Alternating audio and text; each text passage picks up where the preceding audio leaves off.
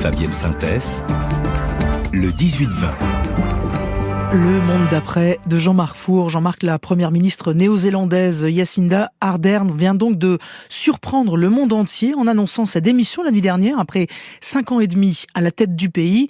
Et sa façon de le faire constitue pour vous une leçon donnée au monde entier, une leçon d'humanité et de modernité aussi. C'est votre monde d'après. Allez voir et écoutez ce discours de la première ministre néo-zélandaise. Il est scotchant. Respect. Respect, Madame Ardern.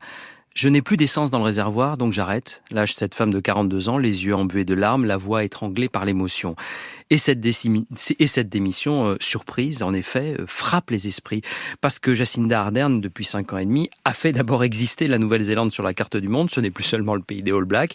Ardern a impressionné par sa réaction aux attentats terroristes d'extrême droite contre les mosquées de Christchurch en 2019, par sa lutte contre le radicalisme sur Internet, par ses succès dans la lutte contre la pandémie, seulement entre guillemets 2400 morts dans ce pays de 5 millions d'habitants, par son apparition, on s'en souvient aussi à la tribune de l'ONU, son bébé dans les bras. Et sa façon de jeter l'éponge aujourd'hui frappe encore plus les esprits. Que dit-elle exactement ? J'ai tout donné pour être Première ministre, mais ce job implique aussi des responsabilités. Vous ne pouvez pas et ne devriez pas faire ce travail à moins d'avoir un réservoir plein. Je n'ai tout simplement plus assez d'énergie pour un mandat de plus, parce que je suis humaine, les politiciens sont humains.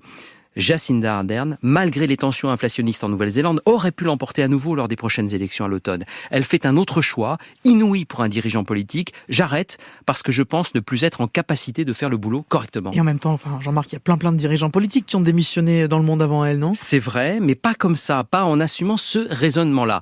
Alors, il y a ceux qui jettent l'éponge parce qu'ils y sont contraints, ce sont les victimes des scandales. Ce tiroir-là est bien rempli au cours du siècle écoulé, du Watergate avec Nixon à l'affaire Profumo au Royaume-Uni, en passant par les démissions de ministres sous la Ve République française, Cahuzac pour n'en citer qu'un, les chutes de candidats à l'Élysée, on pense à DSK, etc.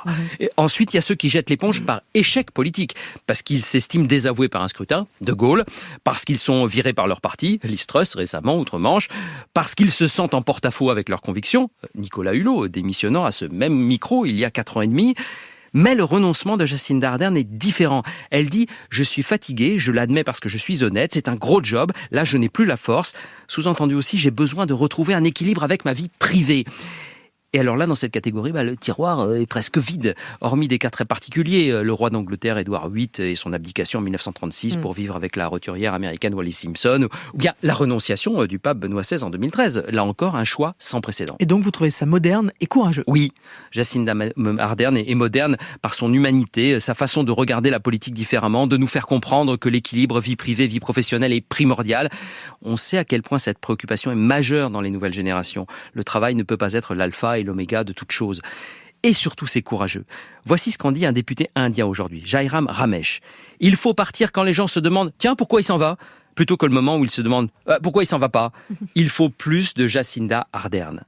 Depuis ce matin, de nombreux dirigeants rendent hommage à la première ministre néo-zélandaise, le Canadien Trudeau, l'Européenne Metsola, l'Australien Albanese, etc. Mais ont-ils écouté ce qu'elle dit ? Ardern, c'est un leader respecté qui se regarde vraiment dans le miroir et en conclut « Je ne suis plus la bonne personne pour guider la collectivité, donc je mets de côté mon ego et la vanité de siéger sur le trône. » Bon, que dans les régimes autoritaires, le dirigeant de Poutine à Xi Jinping ou Ramenei se dise « Je suis le chef à vie parce que je suis le meilleur », c'est la loi du genre. Mais en démocratie, c'est différent. La lucidité sur soi-même devrait faire partie des qualités du chef d'État ou de gouvernement.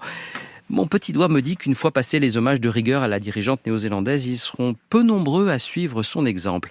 Donc oui, respect, Madame Jacinda Ardern. Jean-Marc Four, Le monde d'après. Jean-Marc, merci beaucoup.